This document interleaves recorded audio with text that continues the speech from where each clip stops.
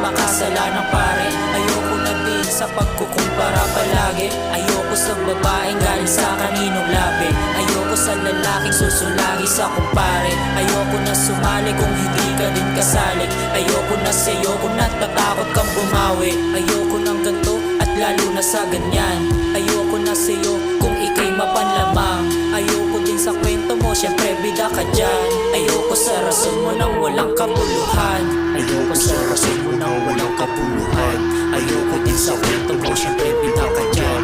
Ayoko na sa'yo kung ika'y mapanlamang. Ayoko ng ganto at lalo na sa ayoko sa sarili kung puro na lang pasakit.